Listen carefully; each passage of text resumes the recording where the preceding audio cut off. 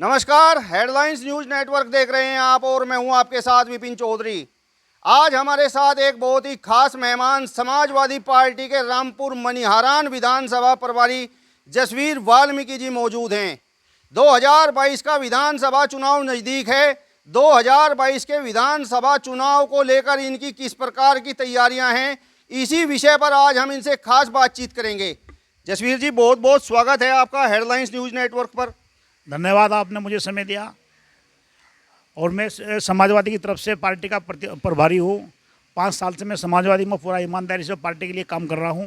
जसवीर जी, ये बताइए, आपकी पार्टी का नारा है नई हवा है नई सपा है। सपा नहीं होगी कि नहीं 2022 में? समाजवादी का जो नारा है वो पब्लिक की आवाज़ से है और जो जनता की आवाज़ है वो समाजवादी की आवाज़ है। क्योंकि समाजवादी जनता चाहती है परिवर्तन, और परिवर्तन चाहती है अखिलेश यादव के साथ।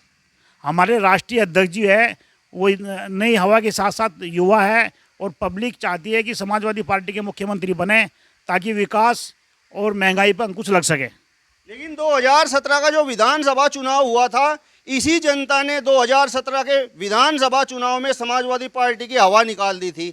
अब पिछले 5 सालों में ऐसा क्या हो गया जो आप इतना बड़ा दावा कर रहे हैं? देखिए, जो 5 साल में जो भाजपा की सरकार यहाँ बनी थी वो जनता ने बनाई थी, जो जनता ने विश्वास करके बनाई थी उस पर भाजपा खरी नहीं उतरी। क्योंकि मेन मुद्दा है महंगाई का और रोजगार का। भाजपा ने हमेशा जनता से धोखा दिया है, और अपनी बात पे अपने जो उन्होंने वो भेजा था टारगेट कि हम वो क्या नाम रोजगार देंगे और महंगाई घटाएंगे, उस पर भी खरी नहीं उतरे। इसलिए जनता ने मन बना लिया है कि भाजपा भगाओ सपा लाओ। इसलिए राष्ट्रीय अध्यक्ष जी माननीय अखिलेश यादव जी पर पब्लिक विश्वास करती है, और उनकी जुबान पे जो वे कहते हैं राष्ट्रीय अध्यक्ष जी वो करते हैं। इसलिए जनता ने दोबारा फिर समाजवादी रिपीट करने का मोल बना लिया है। क्योंकि भैया की जो कार्यशैली है उस पर जनता विश्वास रखती है, और मुझे उम्मीद है कि इस बार 350 प्लस विधानसभा में विधायक बना के भेजेगी समाजवादी पार्टी के। लेकिन मुख्यमंत्री योगी आदित्यनाथ जी तो कह रहे हैं कि पूरे प्रदेश में हमने इतना विकास कार्य करा दिया है, सरकार तो हमारी ही बनेगी। जो विकास करा है वो जनता के सामने है। उन्होंने कौन सा विभाग नहीं बेचा? एयरपोर्ट बेच दिया, रेल बेच दी, पेट्रोल बेच दिया, BSNL बेच दिया। बाकी बचा क्या है? जो बचा है वो दोबारा बेच देंगे। इसलिए जनता विश्वास नहीं करती इन पे। नोएडा में एशिया का सबसे बड़ा एयरपोर्ट बन रहा है, शिलान्यास हो चुका है उसका। आप कह रहे हैं कि विकास कार्य हो नहीं रहा। कल मैंने अखबार में पढ़ा है 195 ट्रेन निजीकरण में कर दी है। मुझे विश्वास नहीं होता जो वो लोग जो वो एशिया का बना रहे हैं उसे भी प्राइवेट कर देंगे वे। हमारे जो बच्चे पढ़ रहे हैं, जो चाहते हैं, सपने दे रहे हैं सरकारी रोजगार मिलेगा, वे सब लालाओं के हाथों बिक्री कर दी। बचा क्या हमारे पास? लोग मनसा रखते हैं कि सरकार आएगी रोजगार देगी। सरकारी जो जितने भी सरकारी कार्यालय है सब प्राइवेट कर दिए गए, तो बचा क्या? जनता का विश्वास इसलिए उठ चुका है क्योंकि अब ये कहते थे कि गन्ना क्या भुगतान 15 दिन में हो जाएगा। मेरे ख्याल से 1 साल होने को आ रहा, दोबारा भी उन्होंने भुगतान दिया, दोबारा सीजन शुरू हो गया। तो इसलिए जनता नहीं विश्वास करती। 1 साल से वहाँ पे किसान आंदोलन चल रहा है। जब पता चला कि पूर्वांचल में इतनी भीड़ 4:30 बजे तक राष्ट्रीय अध्यक्ष अखिलेश यादव जी के लोग सुनने के लिए आ रहे, तो वे सोचा कि भाई ये तो सारा उल्टा हो गया। तो इसीलिए उन्होंने 3 काले कानून वापसी लिए। ये जनता की तो आवाज़ है। क्यों डर गए वे लोग? जानते हैं ना कि पब्लिक जो है वो ज़मीन पर काम कर रहे हैं, जो समाजवादी के लोग कर रहे हैं वो उनसे जुड़ रही है। और ये मुझे उम्मीद है कि समाजवादी के जो भीड़ है और जो पब्लिक की आवाज़ है उसकी डर की वजह से ही इन लोगों ने 3 काले कानून वापसी लिए। भाजपा अब ये कह रहे हैं कि प्रधानमंत्री जी ने कृषि कानूनों को वापस लेने का जो फैसला किया है, जो ऐलान कर दिया है, उससे तो विपक्ष की हवा निकल गई है। विपक्ष के पास तो अब कोई मुद्दा ही नहीं बचा। विपक्ष के पास तो इतना मुद्दा है महंगाई में। 200 रुपये लीटर खाने का तेल बिक रहा है, 105, 7, 8, 10 रुपये लीटर तक पेट्रोल बिका है, 100 रुपये डीजल बिका है। देखिए, ये मुद्दा नहीं है क्या? रोजगार की इतनी समस्या है। इन्होंने वादा किया था कि 5 करोड़ हर साल रोजगार देंगे। मेरे ख्याल से 5,000 भी नहीं दे पाएंगे। जितनी भी ये परीक्षा रहती सारे तो वे लोग लीक हो जाती है। अब जनता इतनी परेशान है। एक बच्चा स्टूडेंट दिल्ली में पढ़ने के लिए 30,000 पर मंथ खर्च होता है। और जो वो बीटेक एमटेक करके आता है उसकी पता चलता है कि प्राइवेट फैक्ट्री में काम करने के लिए 10,000 रुपये में रखा जा रहा। तो जनता में इसका संदेश गलत जा रहा है। जो ये चाहते हैं कि ये लोग जो जिस मुद्दे पर ये चुनाव लड़ना चाहते हैं हिंदू मुसलमान के, उस मुद्दे को समझ चुके हैं लोग।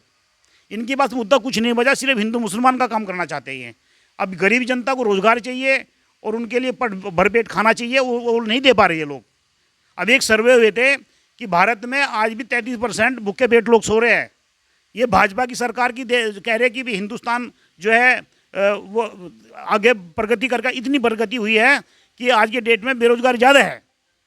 अखिलेश यादव के जिन्ना वाले बयान पर तो भाजपा ही लगातार उन्हें घेर रहे हैं। देखिए, उन्होंने तो एक छोटा सा मुद्दा मिलने से ही वो इसको उछाल देते हैं, क्योंकि वे चाहते हैं कि जिन्ना का मुद्दा करके कि हिंदू मुस्लिम चुनाव करा दे। देखिए, अब लोग हिंदू मुसलमान समझ चुके हैं, हम सब यहाँ के वासी हैं, हम सबको मिलजुल कर रहना है, सरकार आती जाती रहेंगी, हम सब लोग यहीं रहेंगे। इसलिए सब लोग समझ चुके हैं अब मुद्दा हिंदू मुसलमान का नहीं रहा, अब है रोजगार का और महंगाई का। उस पर जो भाजपा सरकार है वो विफल है। सपा और आरएलडी का जो गठबंधन होने जा रहा है लगभग फाइनल हो चुका है। आपको क्या लगता है ये गठबंधन 2022 में किसी प्रकार का करिश्मा करेगा या नहीं? देखिए, इस ये देश जो है कृषि प्रधान देश है। जब देश का किसान मजबूत होगा तो मजदूर भी मजबूत होगा। ये किसान और मजदूर का गठबंधन है।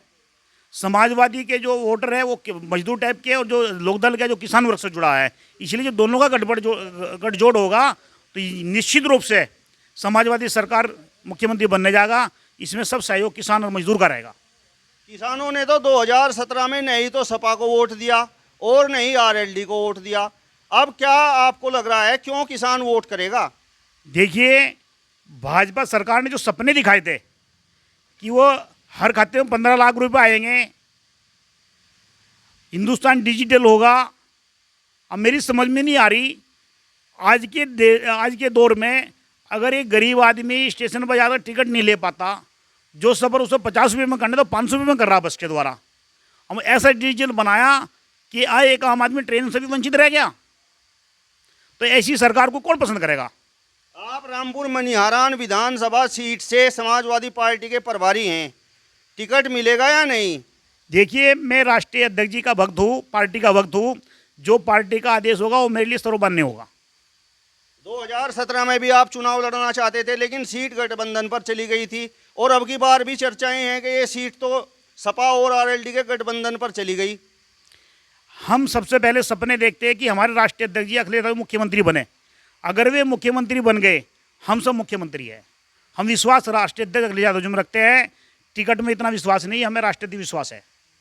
यदि पार्टी आपको टिकट देती है तो किस प्रकार जीत आपको मिलेगी? देखिए, जीत का फार्मूला सीधा है। यहाँ पे जो मामला है, 1 लाख मुस्लिम है, लगभग 40,000 हिंदू गुजर है, 20,000 के आसपास वाल्मीकि है, बाकी समाजवादी को 36 बिरादरी वोट मिलेगी। बीजेपी के खिलाफ माहौल है। जो वे लोग चाहते थे ना कि यहाँ पे जो 15-85 का खेल है, यहाँ 85 समाजवादी के, 15 जो लोग हैं वे बीजेपी के हैं। यहाँ पर इस सीट पर गुर्जर समाज का भी काफ़ी वोट है। आपको ऐसा क्यों लगता है कि गुर्जर समाज समाजवादी पार्टी को वोट करेगा या गठबंधन पर वोट करेगा? किसान वर्ग जो गुर्जर समाज से, किसान वर्ग से आता है, और सबसे बड़ा नुकसान इसमें अगर हुआ है इस सरकार में तो किसान का हुआ है। अभी एक बहुत बड़ा गेम चला है इन्होंने भाजपा वालों ने, जो माननीय मुख्यमंत्री जी ने एक महापुरुष के नाम पे जो था उसमें जो तड़ाव किया है, अपमान किया गुर्जर समाज का, उसका बदला अभी तो लेंगे। तो मेरा मानना है कि गुर्जर समाज 80% वोट समाजवादी को देगा। यदि आपको टिकट मिलता है तो आपका मुकाबला धुरंधरों से होगा। रविंद्र कुमार मोल्लू जी भी चुनाव लड़ेंगे, देवेंद्र निम जी भाजपा से वर्तमान विधायक हैं, विश्वदयाल छोटन जी भी चुनाव लड़ेंगे, और आपकी पार्टी से ही विनोद तेजियान भी टिकट मांग रहे हैं, ममता चौधरी भी लाइन में लगी हुई है। तो क्या होगा? मैं समाजवादी का 20 साल का समाजवादी हूँ, आजीवन सदस्य हूँ, पार्टी का हूँ, 20 साल से पार्टी में काम कर रहा हूँ। मैं पार्टी में विश्वास रखता हूँ, अपने नेता में विश्वास रखता हूँ, अपनी मेहनत में विश्वास रखता हूँ। मुझे पूरा जनता पे विश्वास है कि इस बार मुझे पार्टी ने मौका दिया तो जो 25 साल का यहाँ पे जो समाजवादी पार्टी को सम्मान नहीं मिला, मैं पार्टी को सम्मान दिलाने का काम करूँगा। पर सत्य अगर पार्टी ने मुझे सम्मान देने का, टिकट देने का काम किया तो मैं उनकी झोली में सीट जीत कर दूंगा। वो मेरी मेहनत रहेगी और सर्व समाज का वोट मिलेगा। तो ये थे हमारे साथ में समाजवादी पार्टी के रामपुर विधानसभा प्रभारी जसवीर वाल्मीकि, जिन्होंने 2022 के विधानसभा चुनाव पर अपनी बेबाक और बेखौफ राय रखी है। यदि आपको ये वीडियो पसंद आया हो तो इसे ज़्यादा से ज़्यादा शेयर कीजिए, लाइक कीजिए, कमेंट्स कीजिए। अपने सहयोगी साथी सचिन चौधरी के साथ हेडलाइंस न्यूज़ नेटवर्क के लिए रामपुर मनिहारान से विपिन चौधरी।